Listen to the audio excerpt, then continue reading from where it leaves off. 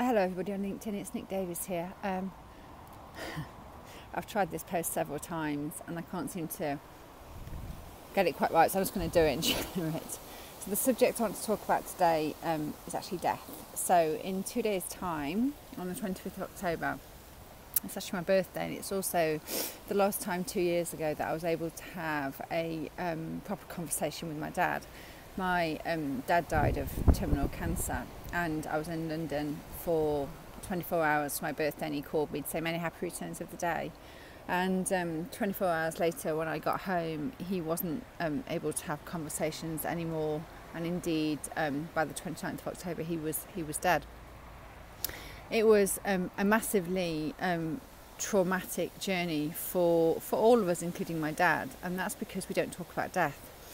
And I think the headline to all of this is, being clear and talking about death is kind. Not being clear and not talking about death is unkind. I remember at the start of his journey, my dad had bladder cancer, and they tried to remove his bladder and they had to abort the operation. It went wrong for all kinds of reasons.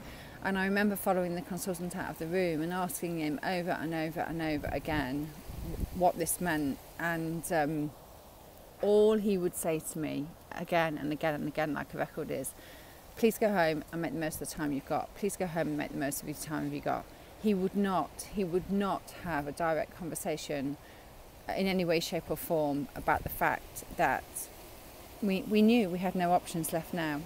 The only option was that the cancer was going to grow, because the chemo and the radiotherapy had already failed, and this was the kind of last shot we had. And that was literally all of the advice we were given when we went home from the hospital.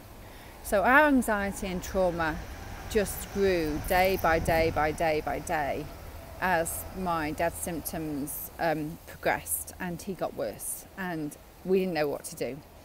So we tried to do everything, not knowing whether any of that was right or not. And nobody for 6 months actually sat us down to have an upfront conversation. It took 6 months, and that was because he was so ill by then. He'd been admitted to accidents and emergency, and he was struggling to breathe. And finally a consultant sat us down and said what we all knew really, but we weren't medically qualified. This was big a deal. This is big stuff. We needed people to be clear with us that the cancer had spread, and we needed to sit down and we needed to make a plan. And that plan consisted of a tick list, 2 questions, which were, where would you like to die? At home or in a hospice?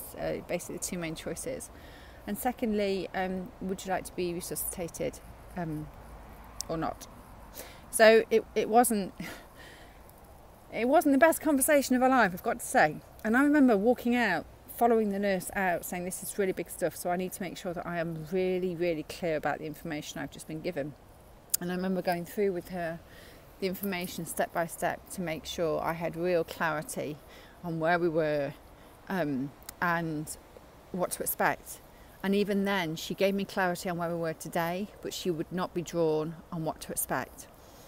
And that pretty much summed up our experience, and that pretty much continued. And it was a highly, highly traumatic experience, because we didn't know what to expect. We didn't know what was coming. We didn't know what death looked like. We didn't know how bad or good it would be. None of us had even heard the phrase, the death rattle. I don't know if any of you have heard that phrase, which is effectively when a person's breathing, I think it's something to do with the fact that it's getting very light and you get this death rattle. None of us had even heard of that phrase. So the point of this post is to say, I think it's really important to talk about death, because not talking about it and not being clear about it is not kind. It is unkind, because your imagination runs riot. You are traumatized and you don't know what to do to help the people that are going through that process.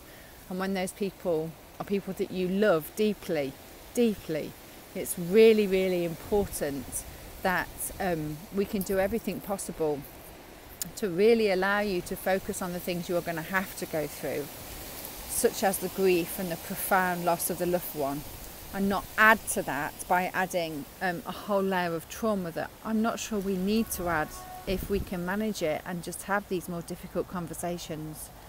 So I'm sorry it's not the most uplifting of subjects today, but I do think it's a necessary subject that we do need to start to tackle, and we do need to start to talk about.